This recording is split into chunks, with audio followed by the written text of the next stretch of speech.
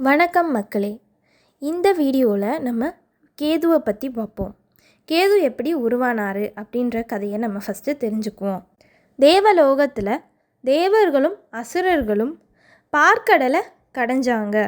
எப்படின்னா, மந்தார மலையை மத்தாகவும் வாசுகி பாம்பை கயிறாகவும் கொண்டு இரு பக்கமாக அமிர்தத்துக்காக பார்க்கடலை இருவரும், அதாவது தேவர்களும் அசுரர்களுமே பார்க்கடலை கடைஞ்சாங்க.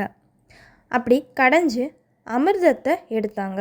அந்த அமிர்தத்தை நல்லவை மட்டுமே செய்யும், தேவர்கள் மட்டுமே சாப்பிடணும், அதாவது தேவர்கள் மட்டுமே அந்த அமிர்தத்தை அருந்தணும் அப்படின்ற நோக்கத்துக்காக பெருமாள் மோகினியா அவதாரம் எடுத்து தேவர்களுக்கு அந்த அமிர்தத்தை வழங்கினாங்க. அந்த சமயத்தில் அரக்கனில் ஒருவனான ஸ்வர்பானு தேவர் மாதிரியே வேஷம் போட்டு தேவர்களில் ஒருவன் அந்த அமிர்தத்தை வாங்கி அவனும் சாப்பிட்டான்.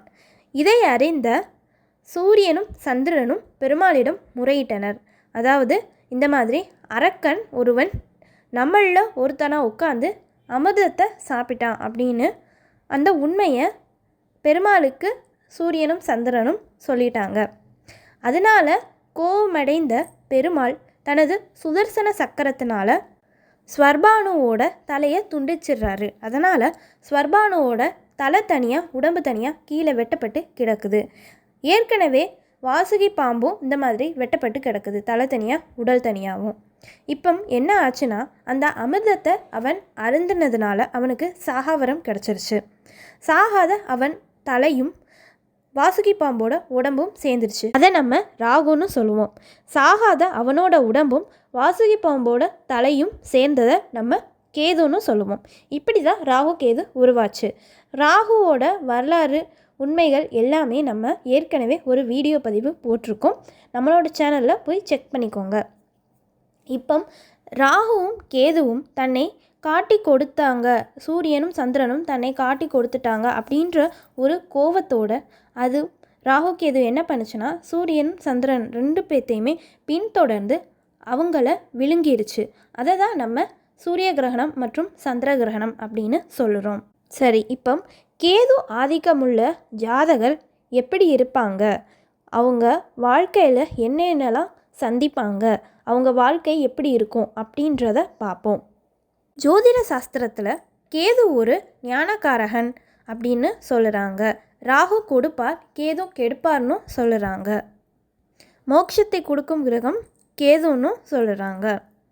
இப்போ ஒரு ஜாதகத்தில் கேது அதிகமாக பலமாக இருக்குது, அதாவது நல்ல விதத்தில் பலமாக இருக்குது, அந்த ஜாதகமே கேதுவோட ஆதிக்கத்தில் இருக்குது. ஒரு லக்னாதிபதியோட கேது சேர்ந்துருக்கோ, இல்லை லக்னத்தில் கேது இருந்துச்சோ, இல்லை அந்த ராசியில் கேது இருந்தாலும், இப்படி அந்த ஜாதகரோட ஜாதகத்தில் லக்னத்தோடையோ லக்னாதிபரோடையோ இல்லை ராசி அதிபரோடையோ ராசியிலையும் கேது சம்மந்தப்பட்டு இருந்துச்சுன்னா அந்த ஜாதகத்தை நம்ம கேது ஆதிக்கம் பெற்றுள்ள ஜாதகம் அப்படின்னு நம்ம சொல்லலாம். அதுக்கான பலன்கள் என்ன அப்படின்றத இப்போ நம்ம வரிசையாக பார்க்கலாம். கேது எல்லாத்தையுமே ஒரு சுருக்கிற கிரகம், ஒரு தெளிந்த ஞானத்தை கொடுக்குற கிரகம், ஆன்மீகத்தை கொடுக்கும், எதுலேயுமே பற்றற்ற ஒரு நிலையை கொடுக்கும். எவ்வளோ செல்வம் பொருள் பொன் நம்மளுக்கு கிடைச்சாலுமே அதில் அவ்வளவா நம்ம நாட்டம் காமிக்க மாட்டோம். இறைபக்தி அதிகமாக இருக்கும். ஆன்மீக வழியில் நம்மளை போக சொல்லி தூண்ட செய்யும். பேராசையை நீக்கும். சில பேர் எவ்வளோதான் சம்பாதிச்சாலுமே எனக்கு இன்னமும் காசு வேணும், பணம் வேணும், இன்னமும் பொருள் வேணும், பொன் வேணும் அப்படின்ற பேராசையோடு இருப்பாங்க. அப்படிப்பட்ட ஆசைகளை துறக்க வைக்கும் இந்த கேது. மண், பெண், பொன் அப்படின்னு சொல்லப்படுற இந்த 3 பெரும் விஷயங்களில் நாட்டம் இல்லாமல் இருக்கிறதும் இந்த கேதுவோட குணம். ராகு கொடுப்பார், கேது கெடுப்பார் அப்படின்னு சொல்கிறாங்க. கேது நம்ம நினைக்கிற அளவுக்கு நம்ம வாழ்க்கையை ரொம்ப கெடுக்க மாட்டார். நம்ம ஆழ்ந்து யோசித்தோன்னா அவர் கெடுக்கிற விஷயங்கள், காரியங்கள் எல்லாமே நம்ம வாழ்க்கைக்கு தேவையில்லாத ஒன்றாக தான் இருக்கும். கேது ஆதிக்கம் பெற்றவங்க எல்லாமே அறிவுக்கு அப்பாற்பட்டு யோசிப்பாங்க, ஆன்மீகத்துக்கும் அப்பாற்பட்டு யோசிப்பாங்க. நம்மளுக்கு மேலே ஒரு சக்தி இருக்குது, அதுதான் நம்மளை இயக்குது. அந்த சக்திக்கு நம்ம எப்பயுமே கட்டுப்பட்டு தான் இருக்கணும் அப்படின்ற ஒரு தெளிந்த ஞானத்தை கேது நம்மளுக்கு கொடுப்பாரு. ஒரு சின்ன கதையின் மூலமாக நம்ம கேதுவை பற்றி இன்னும் முழுமையாக தெரிஞ்சுக்கலாம். இப்போ நீங்கள் கடலில் ஒரு கப்பலில் பயணம் செஞ்சுக்கிட்டு இருக்கீங்க. அந்த பயணம் உங்களோட வாழ்க்கை அப்படின்னு நினச்சிக்கோங்க. பயணம் செய்கிற நீங்கள் கரையை எப்படியாவது அடையணும் அப்படின்ற ஒரு நோக்கத்தோட பயணம் செய்கிறீங்க. அந்த கரை உங்களோட வாழ்க்கையோட இலக்காக நீங்கள் நினச்சிக்கோங்க. இப்படி நடுவில் நம்ம நடுக்கடலில் கப்பலில் பயணம் செஞ்சுக்கிட்டு இருக்கோம்.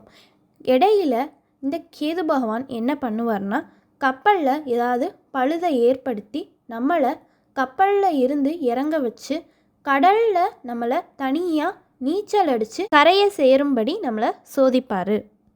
அந்த கரையை சேர்வதற்கு நம்மளுக்கு கேதுவோட அனுகிரகம் கண்டிப்பாக தேவைப்படும். கேதுவோட அனுகிரகம் எதில் கிடைக்கும்னா, நம்ம செய்கிற புண்ணியத்தில் மட்டுமே கேதுவோட அனுகிரகம் நம்மளுக்கு கிடைக்கும். அந்த அனுகிரகத்தினால நம்ம எப்படியாவது நீச்சல் அடித்து கரையை அடைஞ்சிருவோம். அதாவது நம்ம வாழ்க்கைக்கான இலக்கை நம்ம அடைஞ்சிருவோம். இந்த சோதனை மூலியமாக நம்மளுக்கு தெளிந்த ஞானமும் பிறரை துன்புறுத்தக்கூடாது அப்படின்ற ஒரு நற்குணமும் ஆன்மீக சிந்தனையும் எல்லா விஷயத்துலையுமே ஒரு பற்றற்ற தன்மையும் நம்மளுக்கு கிடைக்கும். கேது ஆதிக்கம் உள்ள ஜாதகர் எந்தெந்த துறைகள்லாம் வேலை பார்ப்பாங்க அப்படின்றத பார்ப்போம். இயற்கை மருத்துவம் சார்ந்த துறைகள், அதாவது சித்த மருத்துவம், ஆயுர்வேதா, இந்த மாதிரி துறைகளில் வேலை பார்ப்பாங்க. ஆன்மீகம் சார்ந்து பணிபுரிகிறவங்க, அதாவது அறநிலை துறையில் வேலை பார்க்குறவங்க, கோயில் பணி செய்கிறவங்க, குருக்கள், இறைவனுக்கு தொண்டு சேவை செய்கிறவங்க, ஆன்மீகத்தை பரப்புகிறவங்க, அப்புறம் இறைவன் கோயில் சார்ந்த பொருட்கள் விற்கிறவங்க, அதை சேல்ஸ் பண்ணுறவங்க, உற்பத்தி பண்ணுறவங்க, கோயில் சிலை செய்யும் சிற்பி, மந்திர உபதேசம் செய்கிறவங்க, மந்திர வித்தைகள் செய்கிறவங்க, இவங்க எல்லாத்துக்குமே கேதுவோட அனுக்கிரகம் பரிபூர்ணமாக இருக்கும். அப்படி இருந்தால்தான் இந்த மாதிரியான பணிகளை செய்ய முடியும். எனவே அனைவரும் அனைத்து வளமும் செல்வமும் பெற்று வாழ்க வளமுடன். இந்த தகவல் உங்களுக்கு பிடிச்சிருந்துச்சுன்னா வீடியோவை லைக் பண்ணிக்கோங்க. இந்த மாதிரி ஆன்மீகம் மற்றும் ஜோதிடம் சார்ந்த தகவல்களுக்கு நம்மளோட ஆன்மீக பேச்சு சேனலை சப்ஸ்கிரைப் பண்ணி வச்சுக்கோங்க. கூடவே பெல் பட்டனையும் கிளிக் பண்ணிக்கோங்க. அப்போ தான் நாங்கள் போடுற வீடியோஸ் உங்களுக்கு உடனே நோட்டிஃபிகேஷனில் வரும். நன்றி.